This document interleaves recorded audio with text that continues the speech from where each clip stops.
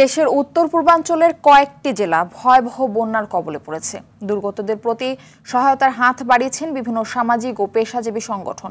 ফরিদপুরে welfare foundation পরিচালিত অনাথ শিশুদের প্রতিষ্ঠান হল্যান্ড চিলড্রেন হাউসের শিশুরা তাদের একবেলা খাবারের টাকা বন্যার্তদের সহায়তায় অনুদান দিয়েছে।